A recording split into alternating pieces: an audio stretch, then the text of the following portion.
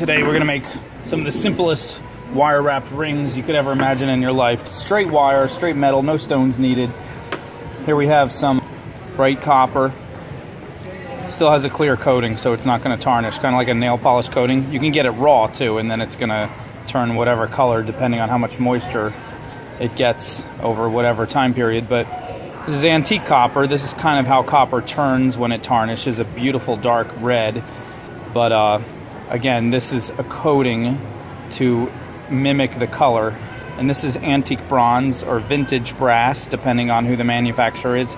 Again, to mimic what tarnished brass looks like. All really great earth tone metals, very warm. And then here we have black gunmetal, the shiny black. And here we have just straight black. Basically, as far as I know, they're all copper with different coatings, because copper is a great metal. It's strong and it's flexible, and it's what we use most of. So anyway, let's get started. We have our ring mandrel. Get the kind that's stepped. People buy these just to measure rings, but I make the rings right on there, so that's why you need it stepped, so you have a lot of room. Let's start out with some bright copper. This is all 16 gauge, by the way. 16 gauge is really one of the strongest gauges that also gives some flexibility for making these rings. You can do 18, you can even do 20. I really wouldn't go below 18, but sometimes I do 20. And if you want to be really tough, you could go all the way to 14. Remember, the gauges are the opposite of what you think. The lower the number, the thicker the wire. But 16 is a nice happy medium. It'll strengthen your fingers and your arms, and it won't be too frustrating if you're careful. Always use good body mechanics. Always take your wrist, bend it, reposition, bend it. If you ever feel uncomfortable, reposition. Don't twist and twist and twist with a lot of pressure in an awkward way, because doing that only 10 or 15 times, you're gonna give yourself some inflammation. All right, so I mark these numbers down, then I rub them off just as fast. Make so many rings. Here we go, let's make a 7. I like to just wrap it twice. Doesn't use up too much wire, but gives a little bit of a sense. You can do 3 times, but here we go, twice around, and now we turn these sideways and they start chasing each other around. We call it the do-si-do, like two people square dancing with their arms linked. Turn, turn, turn, turn.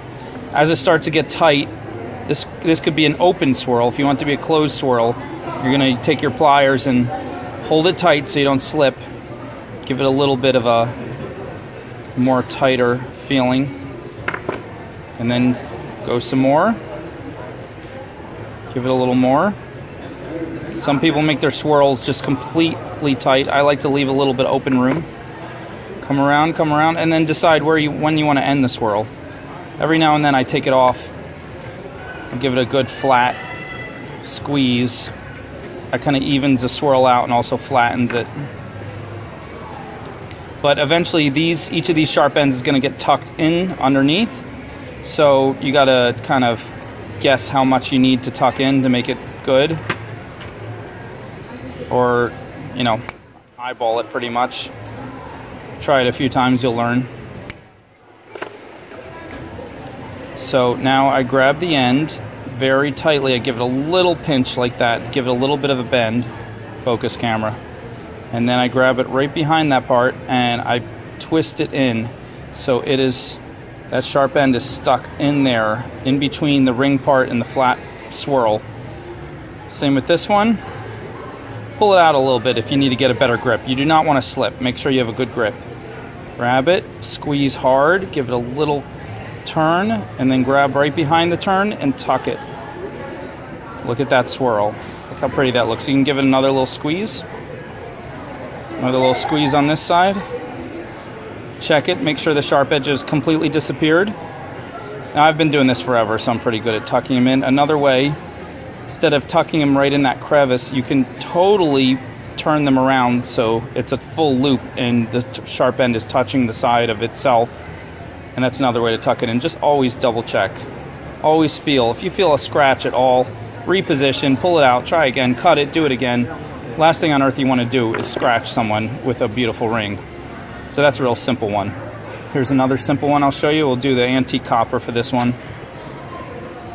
Oh, I didn't tell you how much I'm cutting. This is like very little wire you're using too. Like this is literally like, let's find out how much it is before I just guess.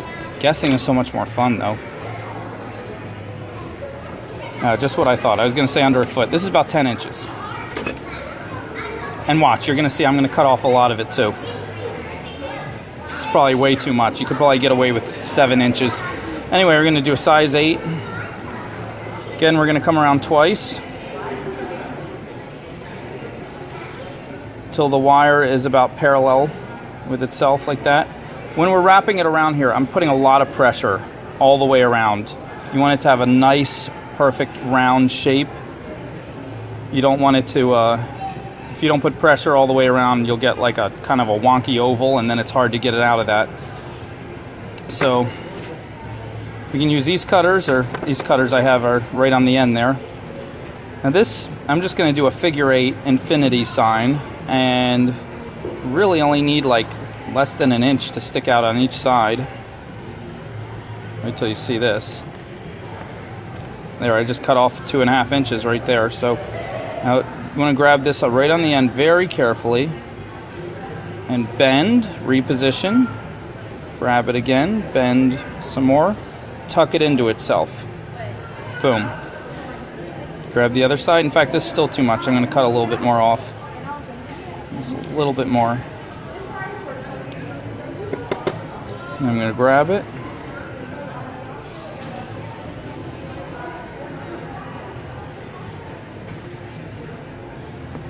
And there we have it.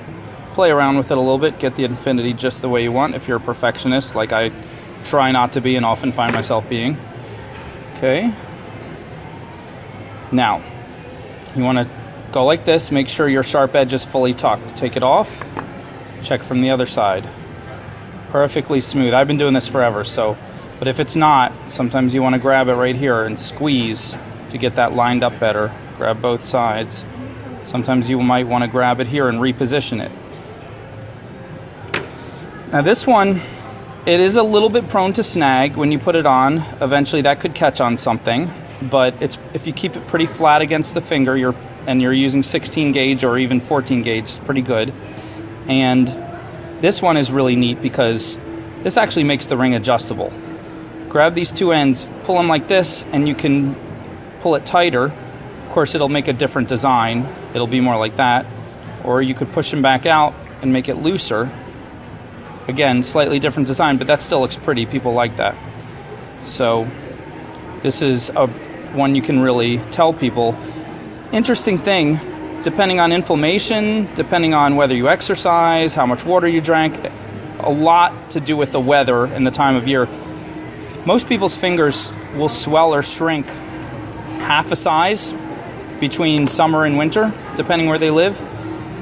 And some people tell you that, you know, their fingers will change size based on a lot of things. So having a slightly adjustable ring is always really cool. Let's do our next one. I'm gonna grab the black gunmetal for this. So let's do the straight black. This stuff, this coating is like a plastic. It's very slippery. So you gotta be careful. This one is going to look really easy, but this one's actually a little tricky. Again, we're going to come around. This time I'm not making the loop completely against itself. I'm opening it up a little bit. Hello. Okay, come around.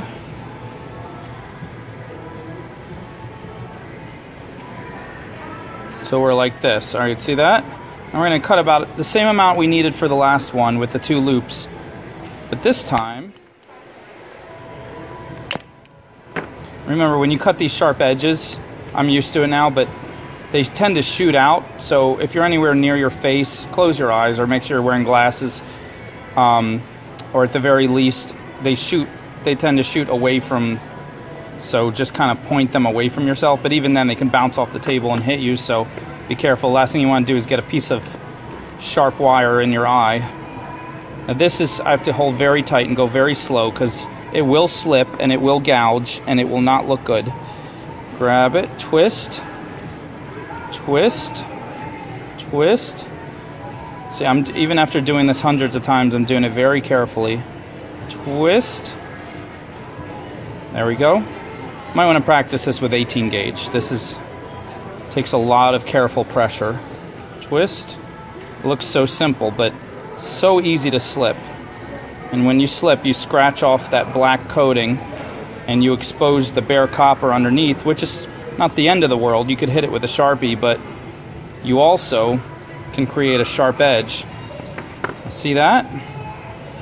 Now, if you want to be a complete stickler, you can cut this a tiny, tiny bit and then close that loop to make the loops exactly the same size. Some people kind of like them a little different, but this is another one, like, very neat. People love this. It's kind of a goth color. And another, again, adjustable. Tighter. Tighter. Looser. Now, if you're going to mess around with it too much, put it back on the mandrel. You know, make sure it's still taking the shape of a finger and not getting wonky. But there we go. And our next one, let's give ourselves a whole foot this time. I'm going to be really creative. And there's limitless possibilities for how many shapes you can make. So if you guys want to make some, take a photo, put your photo in the comments. I'd love to see what you come up with. But I'm going to go around 3 times this time, just to, you know, give it a little more strength, show you some options. And I have this wire left. I'm going to go twist, twist, twist. Start out with the regular swirl. Then I'm going to do something different. I'm going to make a loop here, another loop. See that? And then I'm going to come around with this one, go all the way around underneath here. There's no right or wrong. It's just what works and what doesn't. And then with this one, I'm going to go backwards, make a swirl.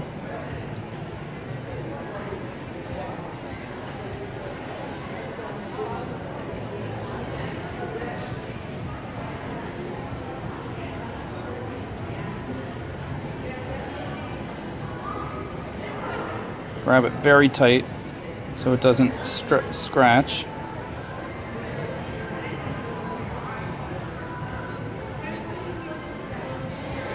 All right, I'm gonna make these loops, grab that right there, make the swirl better. These loops a little tighter. Sometimes the wire will want to jump in the direction you don't want it to. It's all right, you just put it back where you want it and tell the wire who's boss. I'm gonna tuck this under here, and I'm gonna come back with another swirl going this way.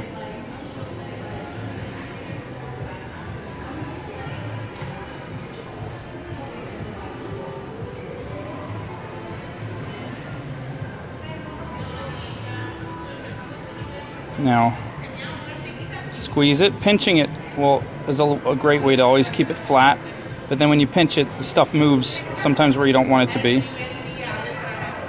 So repositioning, repositioning. And voila, what is that? That is some unfocused camera. That is some craziness. Antique brass. Fun, crazy little flower, floral swirl design going on. Let's do one more with the black gunmetal. Again, I'm going to give myself about 1 foot and 2 inches.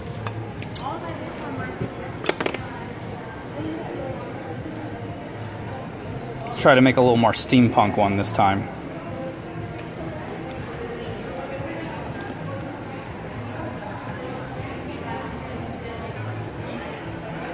Again, we'll come around 3 times. All right, now, see these guys? I'm gonna grab them all the way down. And grab them all the way down here. Not so far down that the cutters get them. If you get some good ones, they won't have cutters in the middle. But, you know, I'm gonna grab them here and make a sharp right angle like that.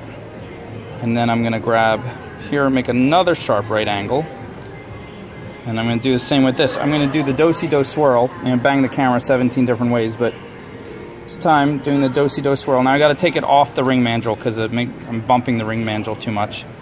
And now I'm going to start making myself some squares. Look at that. Squares all day. Now, it'd be cool if they could stay this way. They're not very stable right now. Squares are getting in the way of the other squares. So, start to bend these. You might find a way to make these squares really cool. Somebody come up with a square swirl, that would be awesome. Again, put your photos in the comments. I'd love to see them. So look at that. It's like the geometry ring. Now we gotta end this sharp end. I don't trust it hiding right in here because, you know, it could come out and scratch someone. So I'm gonna tuck it into itself. Make a little loop. Unfortunately, it's a little bit of a triangular loop. It's not a square like I would like, but you could probably make a square loop. Let's try and make a square loop. There we go. Oh yeah, look at that. It's kind of a square loop.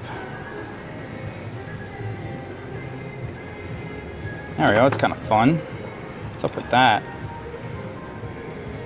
Now, these are a little wonky, they're sticking out too much. I'm gonna bend them in a little bit. It's not exactly the squares anymore. They're kind of turning into some strange rectangular, diamondy things. There you go. It's kind of a 9. By the way, if you're going to make a men's ring, the average men size is a 9 or a 10. The average woman size is 6 or 7. If your fingers fall far out of that range, do not feel bad at all. There's nothing wrong with you. It's just an average. It just means if you want to reach a wide number of people, it's safe to make a 6 or 7 for women, although women can go from a 3 all the way up to a 12 or more, and men can go from basically a 6 all the way up to like a 14 and beyond. There's no right or wrong. Now I could pull that tighter and tighter. I'm going to leave it like that. Make sure there's no sharp ends. And there we have it. Here's one I just started working on. This is German silver, which is kind of more of a dull silver than bright silver. It's a mixture of several different metals. It's very strong. More importantly, it's non-tarnish. It stays this way. You're not going to need to polish it or anything. It's waterproof. But I did my swirl, and then I came out, I did these 2 loops. Now I'm out here on 3 loops, and the loops will start to get like this, so we're going to flatten them as we go. And as we flatten them, they move, so we reposition. Now, when you start to come out really far, remember, you don't want your ring to be snaggable, so you want to come back and anchor it if you go out too far. So this guy, we're going to swing back, and we're going to anchor it underneath our swirl, and that keeps this much more stable. And we're just going to come under here. I'm going to cut it just enough to make myself a loop. Watch out, the sharp ends will shoot. Grabbing this, tucking, tucking. Very carefully pinching, pinching, pinching. Now I'm pushing it down. See that sharp edge? That will scratch you. Come on, camera, work with me. Shove it in there. Does it work? Still no good. Let's push it up against another piece of wire, another flat piece. Any scratch? No, it is tucked. Now this is shooting out like an airplane, so let's put it on our ring mandrel. We're about at an 8. Look how much that's sticking up.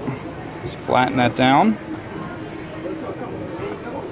Take it off the ring mandrel, flatten it some more by squeezing it with the flat ends.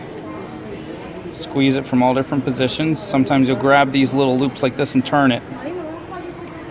Turn it. And it'll change shape again. You just put it back as best you can where you want. There's no right or wrong. If it doesn't come out looking exactly how you planned, just let it go, leave it for a day, come back, look at it. You might like it even better. And someone who never knew what you intended for the design might think it's perfect. That's the beauty of art. It doesn't always come out the way we want. Sometimes it comes out even better and we don't realize it at first. This silver is harder to work with. than regular copper. It takes a little more muscle, even for the same gauge. So go slow and careful if you're going to use it. But it's a really cool silver. It's a very industrial look. All right, there's our flower with some petals coming off, or some leaves, depending on how you want to look at it. How about this guy? What? A G-clef? How did he do a G-clef? Relax, just practice making the regular rings. Get really good at that. Get your hand strength up. Maybe I'll do a video on the G-clef another time.